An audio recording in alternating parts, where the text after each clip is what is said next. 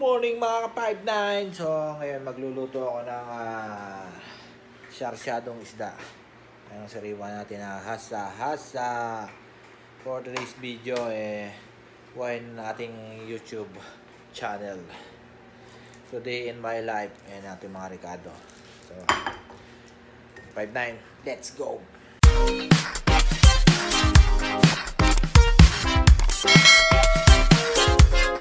It's cooking time! So what's up mga ka-59? Magluluto na ako ng aking tanghalian, hapunan at baon. So sa mga OFW dyan na katulad ko, syempre relate na relate kayo sa ganyang luto.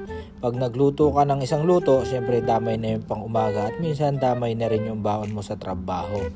So ganito ang buhay daily sa aking routine at minsan tinapay-tinapay pag magbabaon. Solo ko ngayon ng kusina dahil ang aking mga kasama natutulog pa. So magluluto ko ngayon ng sarsyado, yan ang tinuturo ko na ang aking mga Ricardo, kamatis, luya, sibuyas, bawang at itlog. So pinapainit ko muna yung mantika dyan para maiprito ng maayos ang isda. At ang isda pala na ipiprito ko ay isang hasa-hasa na napakamura sa Batha. Nagkakahalaga ng 5 real sa Pinas Market. Shout out sa Pinas Market, baka naman. So 5 real lang, meron ka ng 1 kilong hasa-hasa at nasa sayo na kung gaano kakalakas kumain ng hasa-hasa. Mahati-hati mo yan ng mga 3 lutuan. At habang niluluto ko ng isda at nakasalang siya sa mainit na mantika, ang isdang hasa-hasa ginagawa ko ng rekado, hinihiwa ko ng rekado, kamatis, sibuyas, bawang at luya.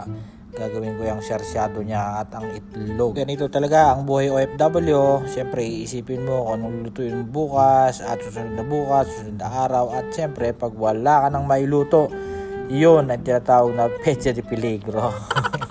So pag pecha de peligro na, sigurado yan ang Indomie o pancit canton. Pero ako minsan lang ako kumain nun, siyempre alagaan natin ating sarili. So hindi naman masama kumain nun, pero siyempre moderate lang ang kain ng Indomie dahil maalat ang mga Ricardo nun. Kaya pag mga pecha de peligro, medyo tipid-tipid ng pagkain, meron tayong itlog dyan. Itlog muna tayo at minsan kubus-kubus muna tayo sa labas. Yun tinatawag nilang tamis. Dahil sa mga pagkain hindi ako mahilig sa mga maalat. Tamang alat lang pag ako nagtimpla ng mga ulam-ulam dahil mahirap na pag masobrahan sa alat, tatamaan ating kidney. So, minsan tinamaan na rin na kasi ako ng gout dito kaya hindi ako gana sa mga maalat. At syempre, ang mga laman loob. So masarap dito yung mga laman loob ng mga baka o yung haruf. So paminsan-minsan na lang ako makain. Syempre mahirap kasi na mayroon kang iniindang karamdaman na habang ikaw ay nagtatrabaho, kaya dapat nasusunod pa rin ang ating food pyramid. Meron tayong isda, manok, o gulay-gulay o prutas-prutas at kailangan nating alagaan ang sarili natin. Dahil ang maayos na kalusugan ay yan ang magiging puhunan natin sa pang-araw-araw nating trabaho sa buhay.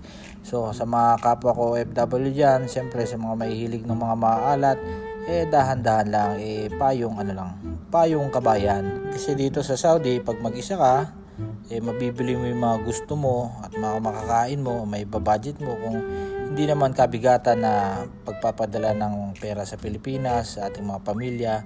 So dito mabibili mo mga gusto mo at makakain mo yung gusto mo.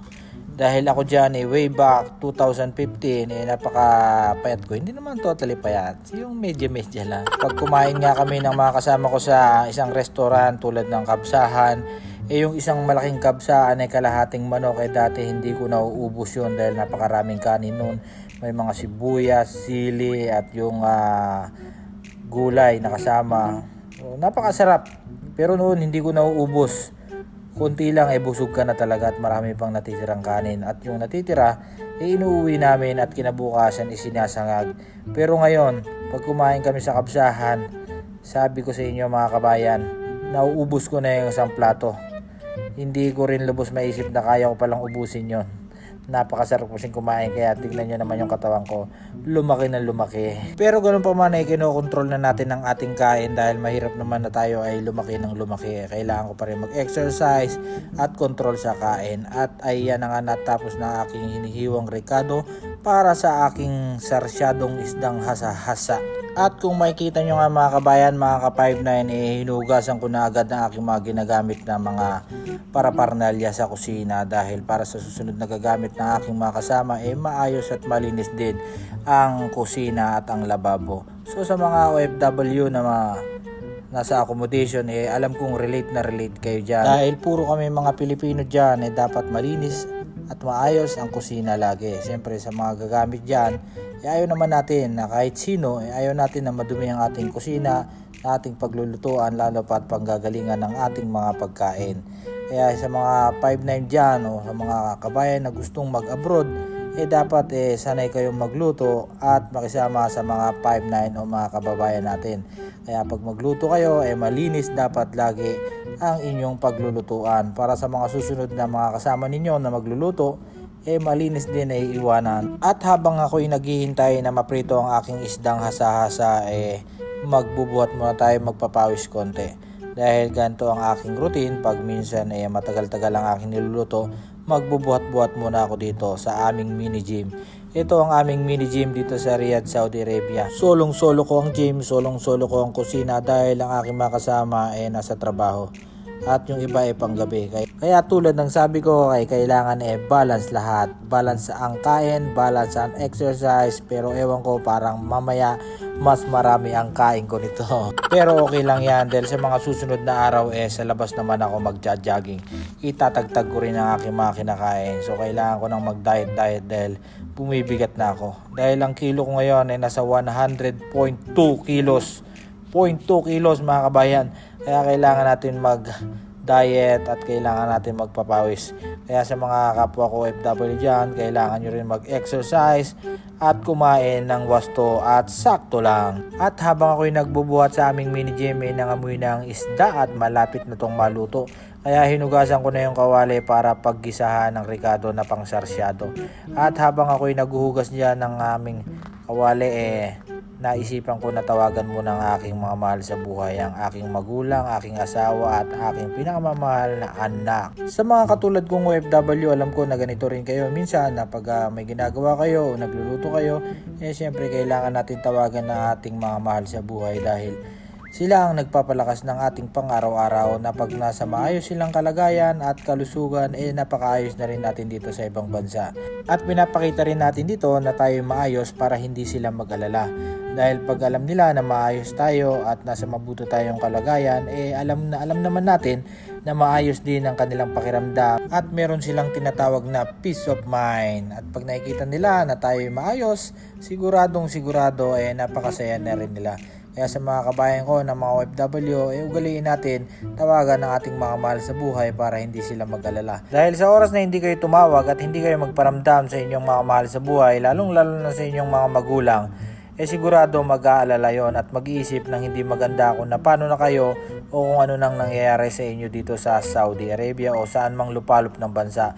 Kaya sa mga kabayan dyan na may mga magulang pa, mga kapatid at mga mahal sa buhay, ugaliin nyo ang kamustahin at tawagan kung maaari araw-araw. Dahil sa panahon natin ngayon napakadali na natin makontak o tawagan ang ating mga mahal sa buhay sa pamamagitan ng internet at ang cellphone. Makikita na natin kung anong ginagawa ng ating mga mahal sa buhay. Dahil sabi nga ng mga datihang OFW na wala pang mga internet nung araw, napakahirap magpadala ng isang message sa isang pamilya. Dahil magsusulat ka o magre-record ka ng tape ng isang pagkahaba-habang sulat at napakalungkot na mga sinasabi sa isang tape at isang buwan bago makarating sa kanilang mga mahal sa buhay. At ang reply niya, isang buwan din bago makarating at gumamalasin pa aabutin ng 2 buwan o 3 buwan. Tayong mga generation ngayon na OFW napakadali. Napaka-convenient lang. Isang pindot mo lang sa cellphone mo at may internet ka, makikita mo na ang paglaki ng iyong anak at makikita mo na kung anong kaganapan sa inyong labas at loob ng inyong tahanan. Kaya sa ating mga OFW na mga kagaya ko dyan, ugaliin natin tawagan ng ating mga mahal sa buhay dahil sila ang nagpapalakas sa araw-araw nating pamumuhay dito sa ibang bansa. At sa aking pagkahaba-haba na aking mga pinagsasabi sa inyo mga kabayan, mga ka-5nan, naluto na itong sarsyado ko. Inilipat ko na dito sa maliit na lalagyan kong kaldero dahil nagtabi na ako ng para sa aking pagkain ngayon at ang aking baon at ang tira para mamayang gabi. So 3 kainan niyang hasa-hasa na yan. Sa mga kapwa ko OFW, alam ko relate kayo dyan. At naluto na rin ang aking sinaing na kanin sa rice cooker. At kung makikita nyo, maraming rice cooker dahil tig-isa kami ng mga rice cooker dyan. So mga 5-9 mga kabayan, mga mahal kong mga Pilipino, kakain muna ang inyong lingkod na si JL Mateo. So paano mga 5-9, maraming thank you so much.